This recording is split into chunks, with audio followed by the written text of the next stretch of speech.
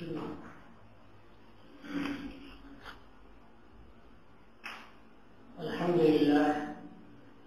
لله نحمده ونستعينه ونستغفره ونؤمن به ونتوكل عليه ونعوذ بالله من شرور أنفسنا ومن سيئات أعمالنا من يهده الله فلا مضل له ومن يضلل فلا هادي له ونشهد أن لا إله إلا الله وحده لا شريك له ونشهد أن سيدنا ومولانا محمدا عبده ورسوله وصلى الله تعالى عليه وعلى آله وأصحابه أجمعين. أما بعد، قال رسول الله صلى الله عليه وسلم: من صام رمضان إيمانا واحتسابا غفر له ما تقدم من ذنبه. وقال: من قام رمضان إيمانا واحتسابا غفر له ما تقدم من ذنبه. وقال: من قام ليلة القدر غفر له ما تقدم من ذنبه. وعن أنس رضي الله تعالى عنه أنه قال: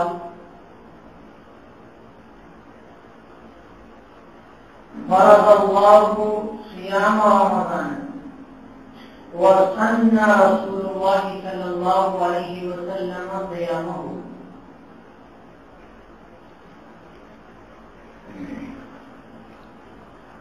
وعن سلمان رضي الله تعالى عنه قال: خطبنا رسول الله صلى الله عليه وسلم في آخر يوم من شعبان فقال: يا أيها الناس، قد أظلكم شهر عظيم مبارك، شهر فيه ليلة خير من 1000 شهر، شهر جعل الله صيامه فريضة وقيام ليله تطوعا، من تقرب فيه بخصلة كان كمن أدى فريضة فيما سواه، ومن أدى فريضة فيه كان كمن أدى 70 فريضة فيما سواه، وهو شهر الصبر، والصبر ثوابه الجنة، وشهر المواساة، وشهر يزاد فيه رزق المؤمن.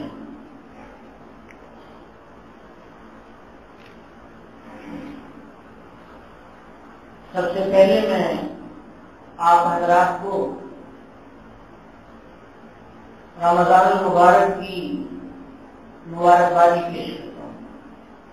اللہ کا شکر ہے کہ اللہ تعالیٰ نے ہمیں یہ مہینہ عنایت فرمایا اور اس مہینے کی ابتدا غروب آفتاب سے ہوئی اور ہمیں اللہ تعالیٰ نے جماعت کے ساتھ 20 رکعت تراویح پڑھنے کی توفیق عطا فرمائی.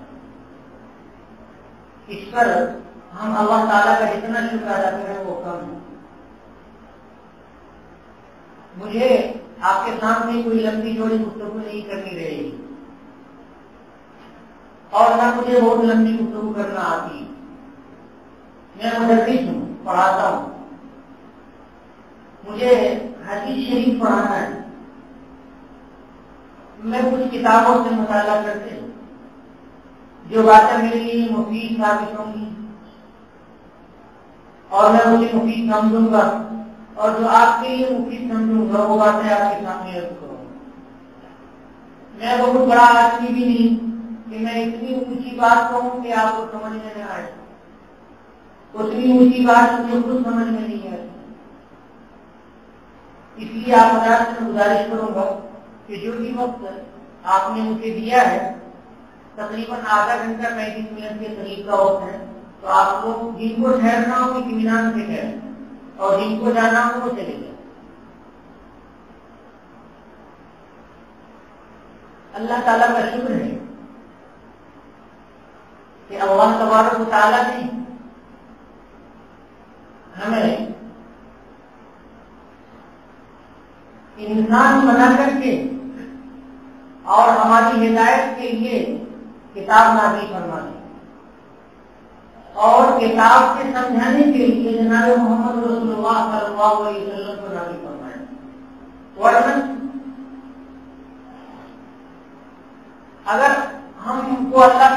کرتے اور قرآن پاک نہیں دیتے تو ہم اللہ کو نہیں پہچان سکتے اور اللہ کے احکام پر عمل نہیں کر سکتے تھے.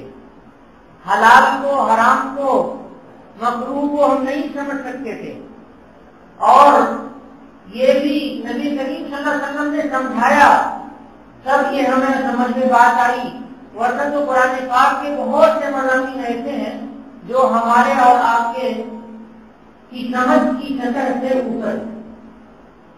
یہاں ایک بات آپ یاد رکھیں کہ انسان کو علم کے لیے اللہ تعالیٰ نے ظاہری طور پہ 5 چیزیں عطا فرمائی ہیں. 5 چیزوں سے انسان علم حاصل کرتا ہے بچپن سے بڑھاپے تک.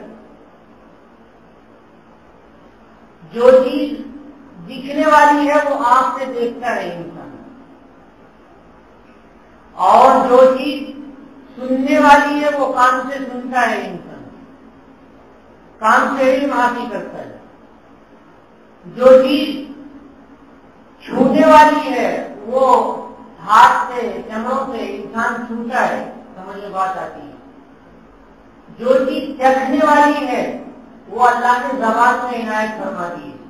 کھٹا، میٹھا، کھارا، نمکین سب ہمیں سمجھ میں آتا ہے. یہ زبان سے، یہ زبان میں چمڑا ہے، اسی سے سمجھ میں بات آتی ہے. ہاتھ کے چمڑے سے چھو جانے سے میٹھا کھٹا سمجھ میں نہیں آتا، وہ زبان سے ہی اللہ تعالیٰ سمجھاتے ہیں. یہ ذریعہ علم ہے. اسی طرح سے خوشبو اور بدبو کے سمجھنے کے لیے اللہ نے ناک میں پردہ رکھ دیا ہے، بہت باریک چمڑا، اس سے ہمیں خوشبو اور بدبو سمجھ میں آ جاتی ہے. اگر یہ پردے نہ رہیں، یہ چمڑے نہ رہیں یہاں کے، تو ہمیں خوشبو اور بدبو کا پتہ نہیں چلے گا. اور اگر یہ زبان پہ یہ چمڑے سامنے کے نہ رہیں اوپر کے، تو ہمیں میٹھے کھٹے کا پتہ نہیں لگے گا. کان میں سنوائی کے لیے اللہ نے ایک چمڑا چپکا دیا ہے، وہ اگر ہمیں نکال دیا جائے تو ہمیں بات سنی گی نہیں اور ہم سن کر کے علم نہیں حاصل کر سکتے. ہمارے ایک دوست ہیں، ان کے بھائی لاکھوں دیوبند میں پڑھتے تھے. ان کے کان میں زخم ہوا تو ڈاکٹر نے ایک کان کا پردہ نکال دیا تھا، تو ایک کان سے وہ کچھ بھی نہیں سنتا تھا. اگر اتفاق سے دوسرے کان کے بل تکیے پہ وہ لیٹا ہوا ہوتا تھا تو جگانے والے بڑے بڑے اساتذہ چیخ چیخ کر کے اور سارے ساتھی پکار پکار کے تھک جاتے تھے، وہ ہلتا بھی نہیں. تو اللہ کی نعمت ہے، اللہ نے ہمیں عطا فرمائی ہے. دو اللہ نے ہمیں کان عنایت فرمائے ہیں. یہ سارے ذریعے علم ہیں. اس سے ہم سمجھنے کی چیزوں کو سمجھتے ہیں، جس چیز کی سمجھنے کی ہے وہی سمجھتے ہیں. اسی طرح سے دماغ اللہ تبارک و تعالیٰ نے سوچنے کے لیے عنایت فرمایا. جو چیزیں دیکھ کر کے، سن کر کے، چکھ کر کے، چھو کر کے، سن کر کے ہمیں سمجھ میں نہیں آتی، وہ چیز اللہ تعالیٰ نے دماغ میں قوت دے دی ہے. اس قوت سے ہم کیچ کرتے ہیں اور ہم سمجھتے ہیں. اسی لیے ترقیاں ہو رہی ہیں. قسم قسم کی اچھی سے اچھی چیزیں مارکیٹ میں تیار نہیں ہو کر کے آ رہی ہیں. یہ سب دماغ کا کرشمہ ہے. لیکن یاد رکھیے کہ کچھ چیزیں ایسی ہیں جو عقل سے سمجھ میں نہیں آتی. کچھ چیزیں ایسی ہیں جو عقل سے سمجھ میں نہیں آتی. تو اس کے لیے اللہ تعالیٰ نے وحی کا سلسلہ قائم کروایا. کچھ چیزیں ایسی ہیں جو عقل سے سمجھ میں نہیں آتی، تو اس کے سمجھانے کے لیے اللہ تعالیٰ نے وحی کا سلسلہ قائم کیا. وحی انبیاء کرام علیہ الصلوۃ والسلام پر آتی تھی. فرشتے اللہ کے لوح محفوظ سے بات لے کر کے اور انبیاء کرام علیہ الصلوۃ والسلام پر حکم کے مطابق کتنی بات بتانی ہے اتنی بات آ کر کے بتاتے تھے. اور انبیاء کرام نے ہمیں بتایا، اور وہ قرآن پاک کی شکل میں اور احادیث کی شکل میں ہمارے سامنے موجود ہے. یہ بہت سی ایسی باتیں ہیں جو عقل انسانی کے اوپر کی ہیں، کہ جن کو اللہ تبارک و تعالیٰ نے فرشتوں کے ذریعے ہمیں سمجھایا ہے. ہم دیکھتے ہیں چاروں طرف، ہمیں سمجھ میں نہیں آتا ہے کہ مرنے کے بعد کی زندگی کیا ہے، لیکن اللہ کو سمجھانا ہے اسے، تو اللہ نے سمجھایا وحی کے ذریعے. نبی کریم صلی اللہ علیہ وسلم پر اللہ تعالیٰ نے کتاب نازل فرمائی اور اس کتاب میں سمجھایا، بار بار سمجھایا کہ ایک اولا ہے، ایک آخرہ ہے، یہ ایک دنیا ہے اور ایک دوسری دنیا بھی آنے والی ہے۔ یہ چیز ہمیں سمجھ میں آئی۔ تو بنیادی طور پر انسانوں کی ہدایت اور رہنمائی کے لیے وہی ضروری، اس لیے کہ یہ حواس خمسہ 5 چیزوں سے جو ہم حاصل کرتے ہیں اس کی ایک حد ہے۔ دیکھنے کی چیز ہم 1-2 کلومیٹر تک دیکھ سکتے ہیں، اس کے آگے نہیں دیکھ سکتے ہیں۔ سونگنے کی چیز جہاں تک ہوا آتی ہے اس کو ہم سن سکتے ہیں۔ آواز کان کی ہم کان سے سن سکتے ہیں، اس کی ایک حد ہے، ہر چیز کی ایک حد ہے، عقل کی بھی ایک حد ہے۔ لیکن وہی یہ لامحدود ہے، کیوں کہ اس کا تعلق اس ذات پاک سے ہے جو لامحدود ہے، یعنی اللہ تبارک و تعالیٰ سے۔ تو اللہ تعالیٰ کا ہمیں اس پر شکر ادا کرنا چاہیے کہ اللہ نے ہدایت کے لیے ہمیں کتاب عنایت فرمائی اور اس کتاب سے سمجھانے کے لیے نبی کریم صلی اللہ علیہ وسلم کی زندگی کا نمونہ عنایت فرمایا اللہ تبارک و تعالیٰ نے لقد کان لکم فی رسول اللہ اسوۃ حسنہ، کہ اللہ تعالیٰ کے تمہارے لیے نبی کریم جناب محمد رسول اللہ صلی اللہ علیہ وسلم کی زندگی میں بہترین نمونہ موجود ہے۔ اس سے اچھا نمونہ تو ہو ہی نہیں سکتا ہے جو ہمارے پیارے نبی صلی اللہ علیہ وسلم کی زندگی میں موجود۔ اسی قرآن کو اور اسی حدیث کو سمجھ کر کے جو باتیں لکھی گئی ہیں کتابوں میں، وہ کتابیں صرف کہلاتی ہیں، صرف مسائل۔ ایسا نہیں ہے کہ جو کتابوں میں مسئلے لکھے ہوئے ہیں ان کا سر اور ان کا پیر کہیں نہیں ہے، ایسی بات نہیں ہے۔ تو ہمیں کہنا کیا ہے کہ میں آپ کے سامنے 3 چیزیں بیان کروں گا۔ ایک تو قرآن پاک کی آیتوں کا مضمون جو نبی کریم صلی اللہ علیہ وسلم سے، آپ کے صحابہ سے، آپ کے تابعین سے، تابعین کے بعد اپنے معتمد علماء کرام سے، اپنے اسلاف اور بزرگان سے جو صحیح قرآن کی تفسیر ہے وہ آپ کے سامنے پیش کروں گا۔ اس کے لیے لال مسجد میں ظہر کا وقت متعین کیا گیا اور اللہ کے نبی جناب محمد رسول اللہ صلی اللہ علیہ وسلم کی زبان سے نکلے ہوئے الفاظ کی تشریح کے لیے میں آپ کے سامنے یہاں عشاء کے بعد حاضر ہوں گا۔ اور فقہاء کرام نے جو قرآن پاک اور احادیث کو سے نچوڑ کر کے مضامین بیان کیے ہیں، جن کو مسائل کہا جاتا ہے، فقہ کہا جاتا ہے، احکام کہا جاتا ہے، اس کے لیے جو جگہ آپ حضرات متعین کریں گے وہاں بیٹھ کر کے آپ کو بتاؤں گا۔ غرض یہ کہ یہ مسجد نبی کریم صلی اللہ علیہ وسلم کے ارشادات کو سمجھنے کے لیے ہے، تو ہمیں اس احترام سے، اس عزت سے اور نبی کریم صلی اللہ علیہ وسلم کے عظمت کو اپنے دماغوں میں بٹھا کر کے، اپنے دلوں میں بٹھا کر کے مجلس میں حاضر ہونا چاہیے۔ میرا دل چاہتا ہے کہ مرتبہ سب لوگ مل کر کے درود شریف پڑھیں۔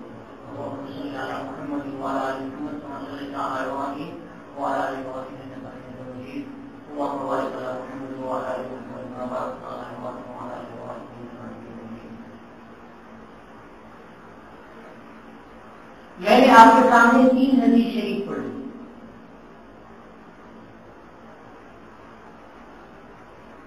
ایک حدیث شریف کے 3 جملے ہیں، اس میں 3 مضمون بیان کیا گیا۔ دوسری حدیث شریف میں تراویح کا کے احکام بیان کیے گئے۔ تیسری حدیث شریف جو میں نے آپ کے اپنے فضائل اعمال سے پڑھی ہے، اس میں رمضان سے متعلق چند باتیں، ان ساری باتوں کی مختصر تشریح آپ کے سامنے پیش کروں گا۔ اسی کے ساتھ پہلے دن ہے، اس پہلے دن میں آپ کو ایک اور بات واضح کر دینا چاہتا ہوں کہ اپنی نیت کو میں خالص کر لیتا ہوں کہ صرف اللہ کے لیے، اللہ کے واسطے، اللہ کی رضا کے واسطے جناب محمد رسول اللہ صلی اللہ علیہ وسلم کی احادیث کی تشریح آپ کے سامنے پیش کروں، اور آپ حضرات اپنے دل کو خالص کر لیں کہ خالص شریعت کے سمجھنے کے لیے اس مجلس میں بیٹھوں گا، تب تو اللہ تبارک و تعالیٰ قبول فرمائیں گے، ورنہ اگر ہماری نیت میں کھوٹ ہو اور آپ کی نیت میں چور ہو، پھر نہ تو میرے کو فائدہ ہوگا اور نہ تو آپ کو فائدہ ہوگا۔ اس تنقیدی بات کے بعد میں پہلی حدیث شریف کی تشریح کرتا ہوں۔ اللہ کے نبی جناب محمد رسول اللہ صلی اللہ علیہ وسلم نے ارشاد فرمایا، من صام رمضان ایمانا و احتسابا غفر له ما تقدم من ذنبه، کہ جو آدمی روزہ رہتا ہے رمضان شریف کا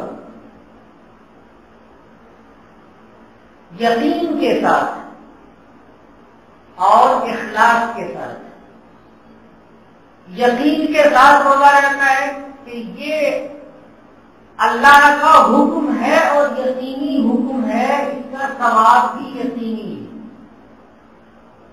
اور دل کو خالص کر لیتا ہے کہ اس روزے کو صرف اللہ کے لیے ادا کر رہا ہوں، تو فائدہ کیا ہوگا؟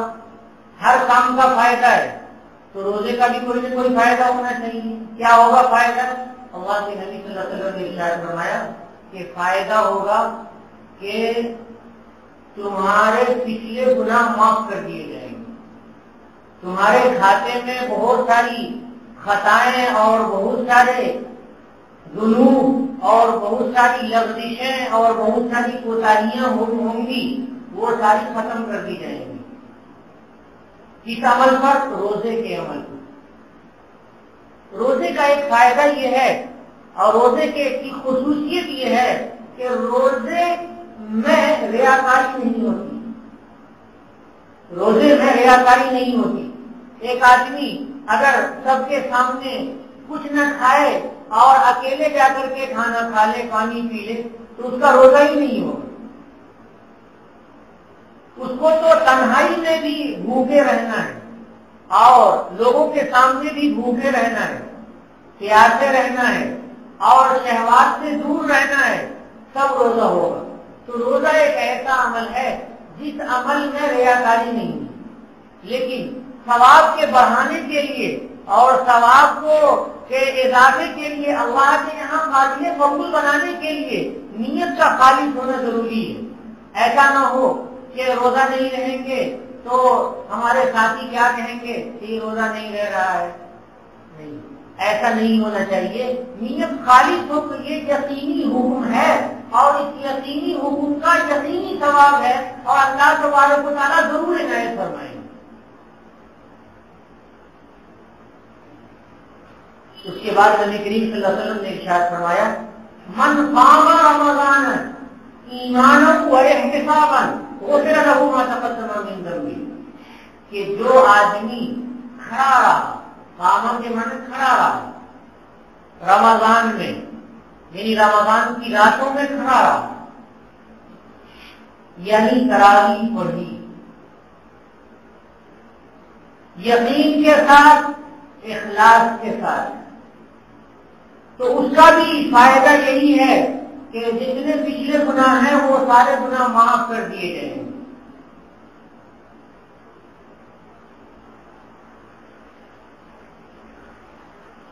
تراویح کا حکم،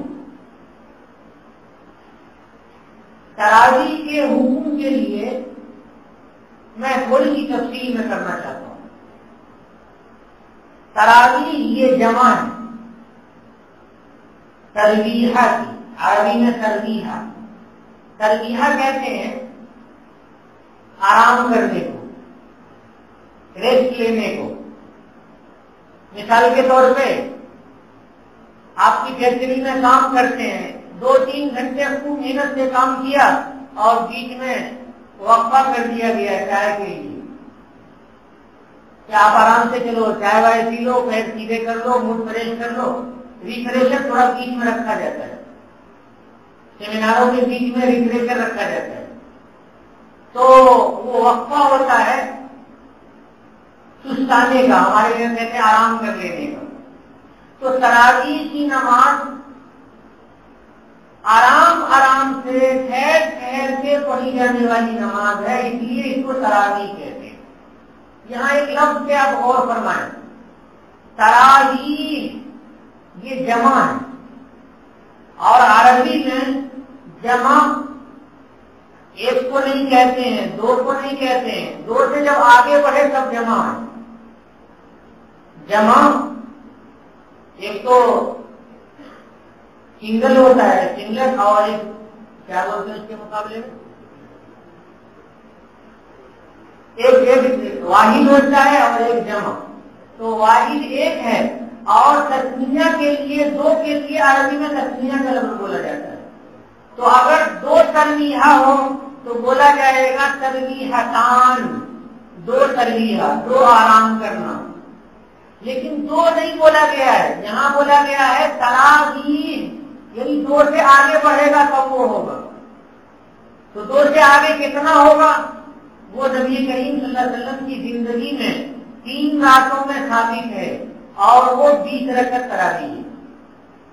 اور 20 رکعت تراویح جب پڑھیں گے تو 5 مرتبہ ریسٹ لیں گے، 4 ہر 4 کے بعد، 1 4 کے بعد، پھر 2 4 کے بعد، 3 4 کے بعد، اور 4 4 کے بعد، 5 4 کے بعد، اس کے بعد ختم ہو جائے گی۔ تو کتنے ہو جائیں گے؟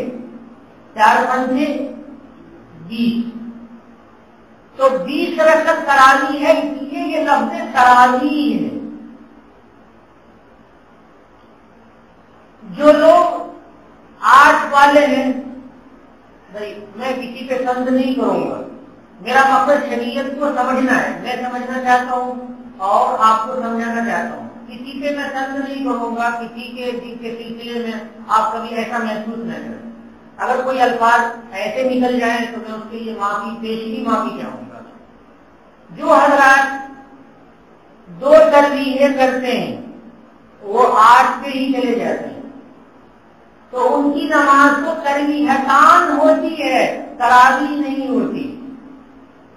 تربیحتان ہوتی ہے، تراویح نہیں ہوتی۔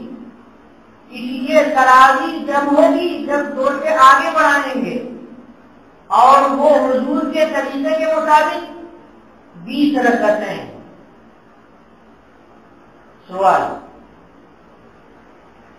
کیا نبی کریم صلی اللہ علیہ وسلم سے 20 رکعت پڑھنا ثابت ہے؟ ہاں ثابت ہے۔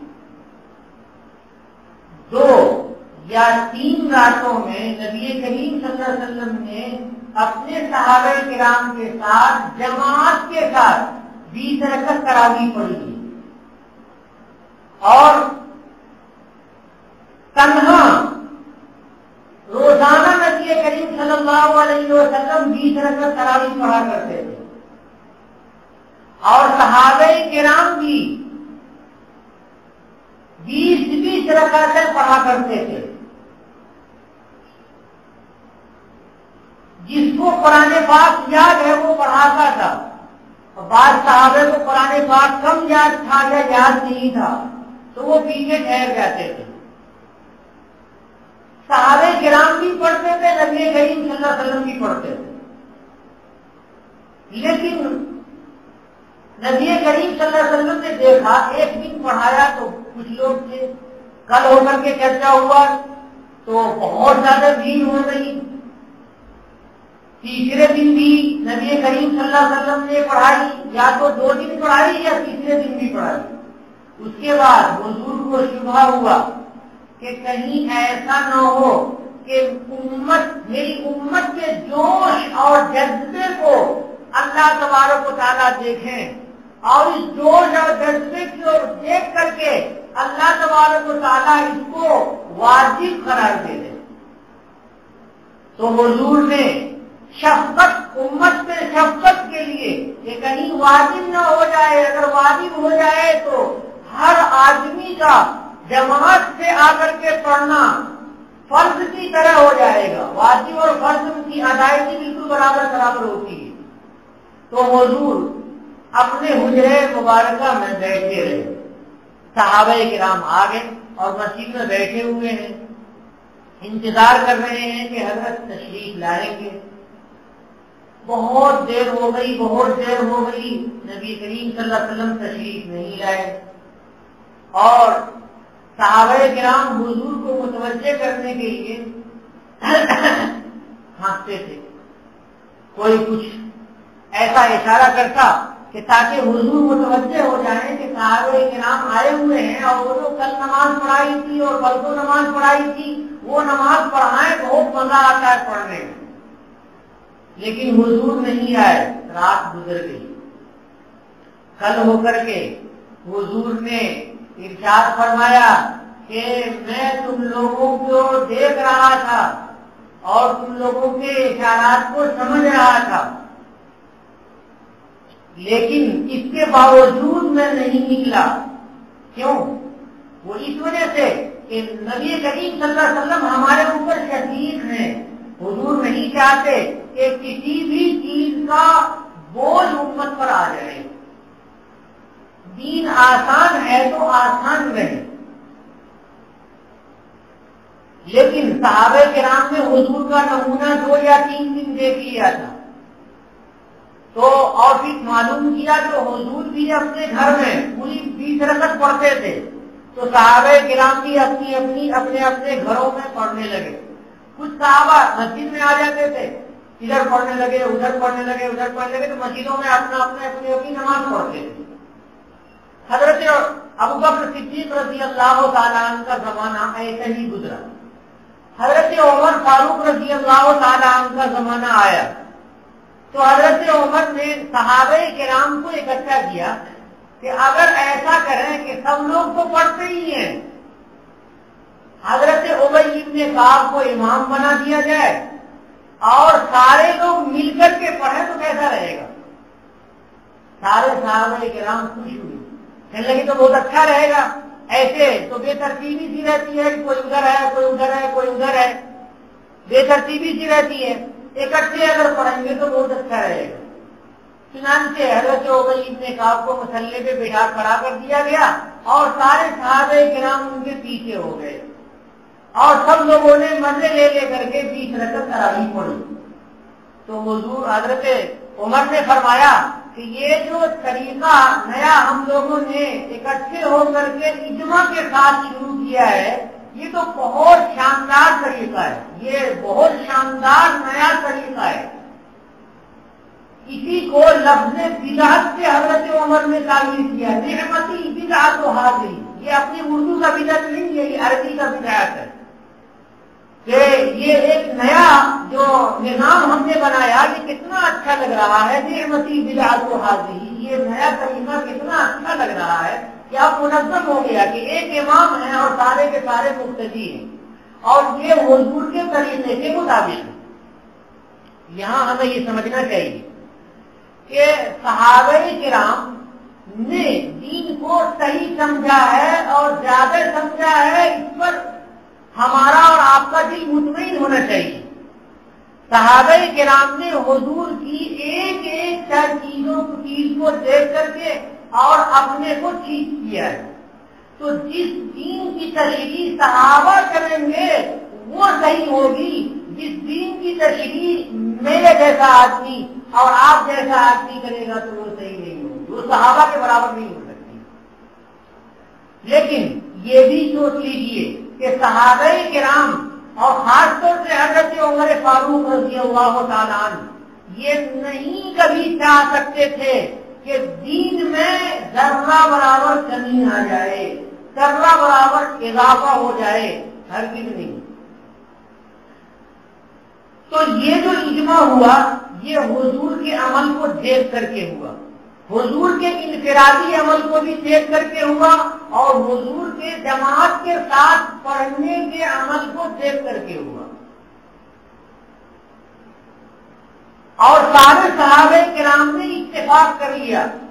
اگر تھوڑی سی غلط بات کہیں پر دیکھ لیتے تھے صحابہ کرام تو جوش جذبے میں آ جاتے تھے, تلوار نکال لیتے تھے.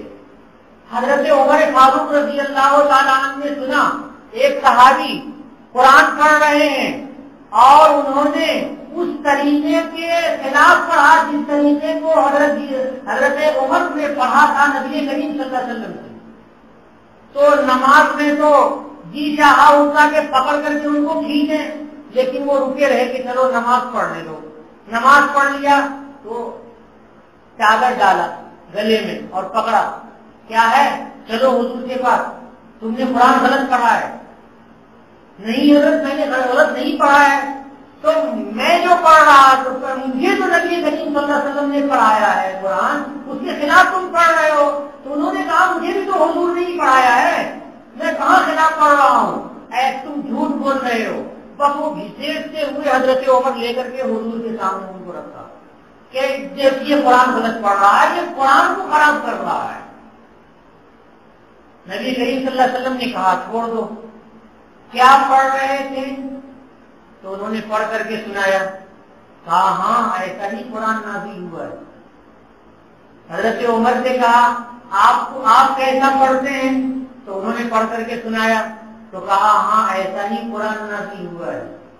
پھر حضور نے ارشاد فرمایا انزل القرآن علی 7 احرف، کہ قرآن پاک کو اللہ نے 7 انداز سے نازل فرمایا ہے. عرب کی جتنی زبانیں ہیں اور جتنے لہجے ہیں، جتنے طریقے ہیں بولنے کے، ان سب کو ساتھ میں علماء نے محسوس کیا. نبی کریم صلی اللہ علیہ وسلم نے فرمایا کہ یہ 7 طریقے ہیں جو اللہ تبارک و تعالیٰ نے نازل فرمائے ہیں، اس لیے یہ بھی صحیح ہے اور یہ بھی صحیح. تو چھوٹی چھوٹی سی بات پہ صحابہ کرام اگر دین کے خلاف ہوتی تھی تو تلوار نکال لیتے تھے، جان دینے کے لیے تیار ہو جاتے تھے. لیکن آپ بتائیے کہ وہ صحابہ کے زمانے، حضرت عمر فاروق رضی اللہ تعالیٰ عنہ کے زمانے میں سارے صحابہ مل کر کے اکٹھا ہو کر کے نماز پڑھ رہے ہیں اور کوئی انکار نہیں کر رہا ہے. انکار کیسے کرے گا کوئی؟ کیونکہ حضور کے عمل سے ثابت ہے کہ حضور نے جماعت کے ساتھ پڑھایا ہے صحابہ کرام کو یہ نماز. پھر انفرادی طور پہ سب پڑھتے تھے. اس لیے کہ کوئی ایسا نہیں ہے کہ یہ نیا سسٹم ہو گیا، بلکہ یہ صرف نظم اور ضبط کے طور پہ حضرت عمر فاروق رضی اللہ تعالیٰ عنہ نے یہ طریقہ بتایا کہ ایک امام ہو اور سارے مقتدی رہیں، بس اتنا ہے. اس کے بعد ایک اور بات سمجھیں، میں نے اس کا اشارہ کیا کہ دین کے سمجھنے کے لیے، صحیح طور سے دین کا نمونہ پیش کرنے کے لیے صحابہ کرام ہی کو پیش کیا جا سکتا ہے. ان کے اقوال کو، ان کے افعال کو، ان کی تشریحات کو، ان کی توضیحات کو، ان کی تفسیروں کو ہی پیش کیا جا سکتا ہے. اس لیے اگر کوئی صحابہ کرام کو بیچ میں سے نکال دے اور اپنے من سے قرآن کو سمجھنے کی کوشش کرے، اپنے من سے سرکار دو عالم صلی اللہ علیہ وسلم کی احادیث کو سمجھنے کی کوشش کرے، تو وہ ٹھوکریں کھاتا رہے گا. کیوں کہ ہمارے اور حضور کے درمیان تو 1500 سال کا واسطہ ہو گیا ہے، اور صحابہ کے درمیان اور حضور کے درمیان کوئی واسطہ نہیں تھا. اس لیے صحابہ کرام کو بیچ میں سے جس جماعت نے اور جس فرقے نے نکال دیا ہے وہ گمراہ فرقہ ہے. شیعوں نے صحابہ کرام کو بیچ میں سے نکال دیا.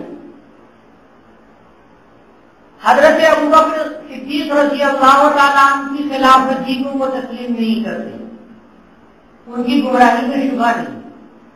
چاہے ایک مسئلہ ہو، چاہے شریعت کے سارے مسائل ہوں، صحابہ کرام کو بیچ میں رکھنا ضروری ہے. میرے محترم، اب آپ کہیں گے کہ جب اتنی کلیئر بات ہے، اتنی واضح بات ہے، تو ہمارے بھائیوں کو کنفیوژن کہاں سے ہوا ہے؟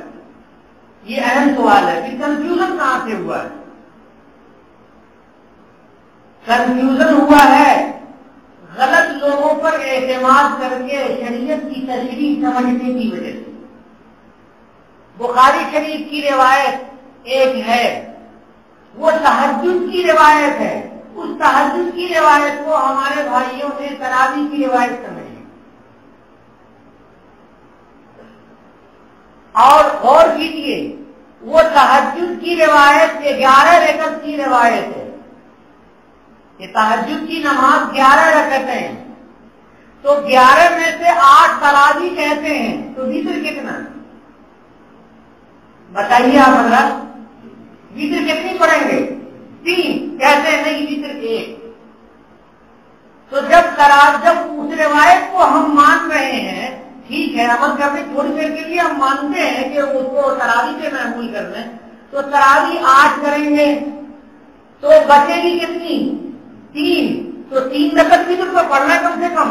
تراویح جب 8 پڑھے تو 3 وتر پڑھنا ہے، نہیں، وہاں جی نہیں چاہتا ہے ماننے کا۔ اور 3 نہیں پڑھیں گے وتر کو۔ اس کے ساتھ یہ بھی لکھا ہوا ہے روایت میں، بخاری شریف میں بھی اٹھائی ہے، میری جیب میں بھی رکھا ہوا ہے، اس لیے میں نے 8 GB کتابیں لا کر کے موبائل میں رکھ رکھی ہیں تاکہ کوئی مسئلہ ایسا ہو تو میں فوراً دکھا سکوں۔ اس روایت کو کھولیے بخاری شریف میں، اس میں لکھا ہے کہ رمضان میں بھی اور غیر رمضان میں بھی حضور 11 رکعت پڑھتے تھے۔ رمضان میں بھی اور غیر رمضان میں بھی 11 رکعت پڑھتے تھے۔ تو اب اگر اس روایت کا مطلب تراویح ہے تو تراویح رمضان میں کیوں پڑھتے ہیں؟ پورے سال پڑھیں۔ تراویح صرف رمضان میں کیوں پڑھتے ہیں؟ پورے سال پڑھیں۔ آپ اس روایت کو کھول کر کے دیکھیے، رمضان اور غیر رمضان دونوں لکھا ہوا آپ کو ملے گا۔ تو اگر وہ روایت تراویح کی ہے تو رمضان میں بھی تراویح پڑھیں اور رمضان کے دوسرے مہینوں کے علاوہ دوسرے 11 مہینوں میں بھی تراویح پڑھیں۔ نہیں پڑھیں گے، کیوں؟ وہ جذبہ جو خالص ہونا چاہیے شریعت کے ماننے کا، وہ جذبہ اندر موجود نہیں ہے، میں ایسا سمجھتا ہوں، کیونکہ ہم نے بخاری شریف کی تشریح ان کے سامنے کھول کر کے رکھ دی کہ آپ ہمیں بتا دیجیے، آپ ہی تشریح کر دیجیے، یا تو وتر 3 رکعت پڑھیے یا تراویح سال بھر پڑھیے۔ اس کے ساتھ وہ کیا کہیں گے کہ حضور نے تو 2 دن یا 3 دن پڑھی ہے تراویح، آپ کہتے ہیں پورے مہینہ پڑھو، ہم کہتے ہیں نہیں، ہم نہیں کہتے ہیں، ہمیں حضرات صحابہ کرام نے سمجھایا ہے اس لیے ہم کہتے ہیں۔ اور ائمہ اربعہ، سارے ائمہ، حضرت امام اعظم ابو حنیفہ، حضرت امام مالک، حضرت امام شافعی، حضرت امام احمد بن حنبل، یہ چاروں ائمہ مل کر کے ایک ہی بات کہتے ہیں کہ تراویح کی نماز 20 رکعت ہے۔ بلکہ امام مالک رحمۃ اللہ علیہ تو مدینہ منورہ میں صحابہ کرام کو مدینہ منورہ میں 36 رکعت کے قائل ہیں کہ 20 رکعت تو تراویح اور ہر 4 رکعت کے بیچ میں 4 رکعت نفل، ہر 4 رکعت کے بیچ میں 4 رکعت نفل، تو ان کے یہاں 36 رکعتیں ہو جاتی ہیں۔ تو 8 کا تو کوئی قائل ہی نہیں ہے۔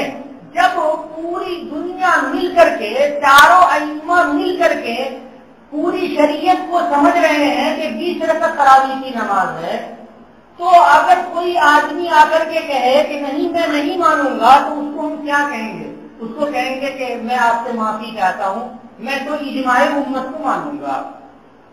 تو اجماع امت کو ماننا یہی حق ہے۔ ہمارے 8 رکعت والے حضرات اجماع امت کو نہیں مانتے ہیں، اجماع صحابہ کو نہیں مانتے، نہ تو صحابہ کو مانتے ہیں نہ اجماع کو مانتے ہیں۔ جب آپ اجماع کو نہیں مانتے ہیں، صحابہ کو نہیں مانتے ہیں، تو پھر کہاں سے دین کی تشریح کیسے ہو سکتی ہے؟ دین کی تشریح کے لیے تو صحابہ کو ماننا ضروری ہے، اجماع کو ماننا ضروری ہے۔ اگر وہ کہتے ہیں کہ چلو 2 دن اور 3 دن ہے، تراویح 2 ہی اور 3 دن ہے، ٹھیک ہے، میں آپ سے عرض کروں گا کہ آپ 2 یا 3 دن مسجد میں تراویح پڑھ لیں اور اس کے بعد تشریف لے جائیں۔ 2 اور 3 دن اگر ثابت ہے تو پڑھ لیں۔ ہم تو چونکہ صحابہ کو بھی مانتے ہیں تو ہم کو تو پورے مہینہ پڑھنا ہے، اور آپ چونکہ صرف حضور کو مانتے ہیں تو 3 دن پڑھیے اور تشریف لے جائیے۔ یہ تراویح کے سلسلے میں نے آپ کے سامنے بات پیش کی۔ آپ کہیں گے کہ تمہارے پاس حوالے کیا کیا ہیں؟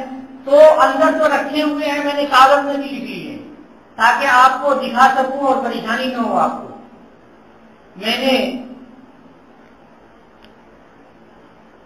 ایک کتاب ہے مصنف ابن ابی شیبہ، 22 جلدوں میں ہے، حدیث شریف کی کتاب ہے مصنف ابن ابی شیبہ، روایت صحیح ہے، جلد نمبر 2 صفحہ 165 پر لکھی ہوئی ہے کہ 20 رکعت تراویح ہے اور 3 رکعت وتر کی نماز ہے۔ سنن بیہقی سنن کبریٰ میں لکھا ہے جلد نمبر 2 صفحہ 699 پر کہ حضور اکرم صلی اللہ علیہ وسلم کے زمانے میں حضور کا عمل انفرادی طور پر الگ 20 رکعت پڑھنے کا تھا اور صحابہ کرام بھی 20 رکعت پڑھا کرتے تھے، 20 رکعت تراویح اور 3 رکعت وتر پڑھا کرتے تھے۔ مصنف ابن ابی شیبہ میں اور سنن بیہقی کبریٰ میں، سنن کبریٰ بیہقی میں 2 جگہ اور بھی ہے، جلد نمبر 2 صفحہ 166 میں، اور بیہقی میں جلد نمبر 2 صفحہ 698 میں۔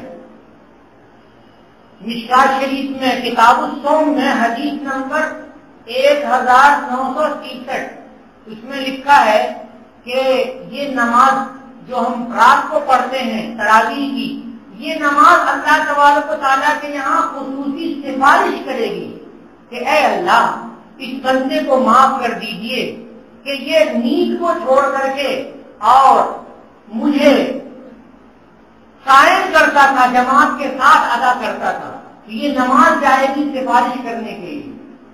یہ بھی روایت مشکات شریف کی ہے اور بھی کئی روایتوں میں یہ ہے، روزہ سفارش کرے گا کہ اے اللہ اس بندے کو معاف کر دیجیے۔ کیوں کہ یہ تو نہ تو کھاتا تھا، نہ پیتا تھا اور نہ شہوات میں پڑتا تھا، بلکہ صرف آپ کی رضا کے لیے بھوکا پیاسا رہتا تھا، اے اللہ اس بندے کو معاف کر دیجیے۔ تو روزہ سفارشی بنے گا اور نماز تراویح یہ بھی سفارشی بنے گی۔ حضرت انس رضی اللہ تعالیٰ عنہ کی روایت ہے جو میں نے آپ کو پڑھی آپ کے سامنے، اس میں فرمایا کہ فرض اللہ صیام رمضان، کہ اللہ تعالیٰ نے رمضان کے روزے کو فرض فرمایا۔ وسن رسول اللہ صلی اللہ علیہ وسلم قیامہ، درود شریف نہیں پڑھتے ہیں بھائی، اچھی بات نہیں ہے۔ وسن رسول اللہ صلی اللہ علیہ وسلم قیامہ، اور نبی کریم صلی اللہ علیہ وسلم نے رمضان کے قیام کو سنت قرار دیا۔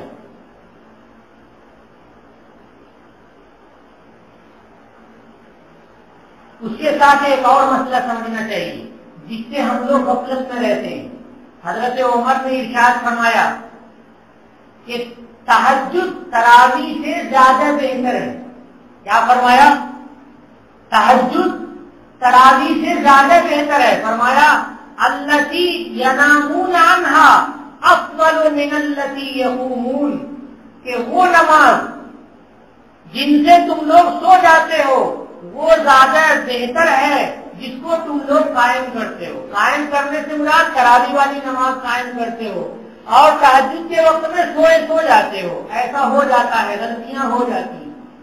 تو ہمیں رمضان میں تہجد کا بھی خیال رکھنا چاہیے اور تہجد کو ادا کرنا چاہیے۔ رمضان میں تو بہت آسان ہے، سحری کھانے کے لیے 15 منٹ 10 منٹ پہلے اٹھ جائیں اور تہجد پڑھ لیں۔ کتنی رکعت پڑھیں گے آپ؟ چاہیں تو 8 پڑھیں، چاہیں تو 12 پڑھ لیں، چاہیں تو 6 پڑھ لیں اور چاہیں تو 4 پڑھ لیں، کچھ نہ کچھ تو پڑھیں، کیونکہ وہ جو 11 والی روایت ہے وہ روایت بھی کئی سندوں سے ہے، تو بعض سندوں میں 11 ہے اور بعض سندوں میں 11 کے علاوہ دوسری تعداد ہے۔ ظاہر سی بات ہے جب تہجد کی نماز ہے تو حضور تو کبھی 12 رکعت پڑھتے تھے، کبھی کم پڑھتے تھے، کبھی کچھ زیادہ پڑھتے تھے، یہ حضور کے معمولات تھے۔ تو تہجد کی نماز یہ تراویح کی نماز سے بہتر نماز۔ یہ تو حدیث کا دوسرا جز ہوا۔ تیسرا جز جو شب قدر میں آنے والا جز ہے، میں جلدی ختم کروں گا۔ شب قدر میں اللہ کے نبی صلی اللہ علیہ وسلم نے فرمایا من قام لیلۃ القدر غفر له ما تقدم من ذنبه، کہ جس آدمی نے شب قدر کو قیام کیا، شب قدر میں وہ کھڑا رہا اور شب قدر میں اللہ کے لیے اس نے نماز پڑھی، نماز تراویح پڑھی، تو اس کا بھی گناہ معاف کر دیا جائے۔ تو انسان کے لیے، مسلمان کے لیے سب سے بڑی خواہش یہ ہے کہ اس کا گناہ معاف ہو جائے۔ تو یہ ساری جو روایتیں میں نے پڑھی، اس کا مقصد یہ ہے کہ اللہ تبارک و تعالی ہمارے گناہوں کو معاف فرما دے۔ میں کچھ اور بولنا چاہ رہا تھا لیکن انشاءاللہ اگلی مجلس میں آدھے گھنٹے سے زیادہ ہو گیا، 5 منٹ۔ وآخر دعوانا الحمدللہ رب العالمین۔